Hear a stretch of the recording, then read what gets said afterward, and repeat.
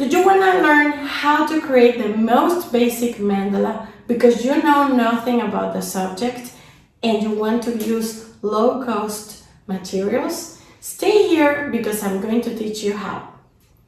In this class, I'm going to show you how to create a mandala inspired by nature. Don't worry because I'm going to teach you step by step how to do this. This pattern that we're going to be working out can be found very easily in the sunflower. It sounds amazing, but by working this mandala that you will start painting in few seconds, you're gonna be deep diving in some sacred geometry patterns that are very, very important to align your inner geometry with the geometry of the universe. Let's get started. Let's start talking about the materials. We're gonna paint on a cardboard, black cardboard of 10 by 10 centimeters. Make sure it is squared. You will need a ruler, a pencil. If you have a sharpener, that would be helpful, and also an eraser. You will need acrylic paints. These are paints that are based on water, and you can find them easily in any art store. Some come in bottle and some others come in tubes just like this, and they say high viscosity, which means that normally the ones in bottles are more liquid. You will need to make a mix of 2 spoons of water and 1 spoon of scholar glue, white glue, and shake it up in a tiny bottle. This will help us enhance the consistency of the paint. And you will need a skewer. The skewers normally have 2 extremes with different sizes. You will need a small plate so we can enhance the consistency of the paint with this mix of water and scholar white glue. And you will need a napkin to clean your tool. So the first thing you need to do when dotting is to work out the consistency of the paint. We're just going to be using one color, but I would like to show you the different consistencies of paint. You can find a more liquid paint and you can find a much more high viscosity paint. What is the difference? That you will need to add more of the mix of water and white scholar glue to the high viscosity paint. To each deal, you get this creamy consistency. It is very creamy, it is very soft. And if you do that to the more liquid paint, it's fine.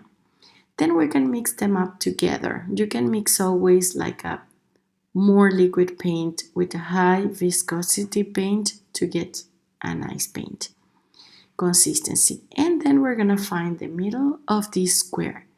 And that is very easy to do because you just have to place your ruler diagonally from the top corner to the bottom corner of the other side, of the opposite side actually, and do the same on the other side. And make sure this line is really smooth and also very light.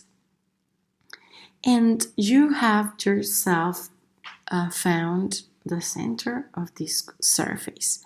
Now with the back side of the skewer, load your tool with some paint and set your first dot in the center. I'm gonna give you another view. Just load the skewer with a lot of paint. Can you see it is very creamy? It doesn't drop easily. And then if you keep pressing against the surface, you will have a bigger dot. See, you can actually keep adding more paint to make it higher to get more texture. If you're not very happy with the shape of this center dot, if you consider this center dot is not circular enough, you can always make adjustments with the skewer, with the pointy part of the skewer. Take your time. There's no rush to paint everything so quickly. Take your time to make this dot as big as you want, and you can keep adding extra paint to get much more texture or to get higher dots, as you can see here. Now we're gonna start working on our first line, but I must advise, load your skewer with little paint and place a couple of dots with this orientation, north and south. Do the same. But let's suppose that you're not happy with your dots. Remember, and I'm gonna tell you that up front before we start, you can always clean them up if you're not happy. Let's start over. Load your skewer with little paint and place one dot to the north and one dot to the south, to the west and to the east. And then in the middle of these two dots, you may place another dot. Think of an imaginary line crossing the center and place a dot right in front. See? So check the space, and I have space for one additional dot. If your center dot is bigger than this, you might be able to place a couple of dots. Try that all these dots of the first line are dots of the same size. Now, in the middle of two dots, you start placing dots that are bigger because the center is expanding. So this is like an invitation to make bigger dots as we keep adding lines. If you are using just a skewer, you can manage creating bigger dots by loading your tool with much more paint. I'm gonna give you another vision. So you can see that the second line dots are bigger than the first line dots. And I have been using the same tool. I haven't changed my tool. Why is that? Because I am getting to manage the amount of paint I am loading the skewer with. So take your time to understand that concept because it is going to be important. It is also important to note that I am placing the dots right in the middle, not on top of the dots from the previous line. They do have to be exactly in the middle.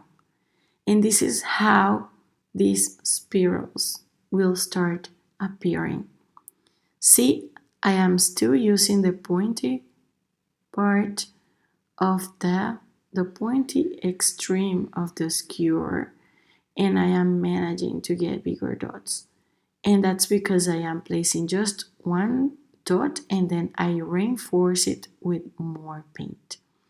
Do practice this. It is pretty important also that you keep your paint gathered like in some sort of mountain so you can actually load the skewer with as much paint as you want to. Keep adding these dots just like that, an extra dot. And now you can use the back side of the skewer, say for an additional line. But you could still do different size dots with the back side of the skewer. So load your skewer with paint, but do not press too much against the surface. Take your time and reinforce the dots that need more paint. See? But let's create an additional line. And for that purpose, let's add much more paint and let's press more against the surface. See? The previous line was created using the same skewer, the same back side of the skewer, but I am managing now to get bigger dots because of the amount of paint that I am loading the tool with. And I keep repeating this because this is important, and the more you listen to it, the more you will understand and you get to act on it. It is said that the mind of a human requires at time a contact with some information to be actually in our brain. So that's why I keep repeating that. You don't need to spend a lot of money on many tools. You only need a skewer and then you can manage doing different size dots as I am showing in here. Can you see? And you can keep adding extra layers of paint.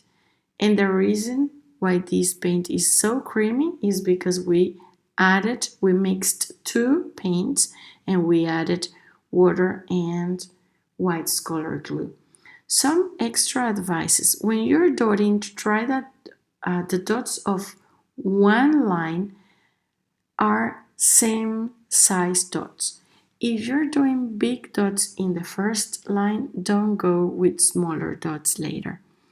Try also to keep the same distance from the center or from the previous line.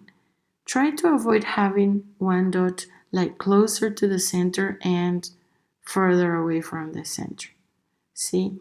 Also, check out the distance between the dots and avoid placing two dots too close because then this might happen. The paint just gets together and it doesn't look nice. So these are basically the main mistakes that I see in beginner level students. Also, when you're doing second, third lines, additional lines, place the dot right in the middle of two dots. And there we go. I hope you have enjoyed this class.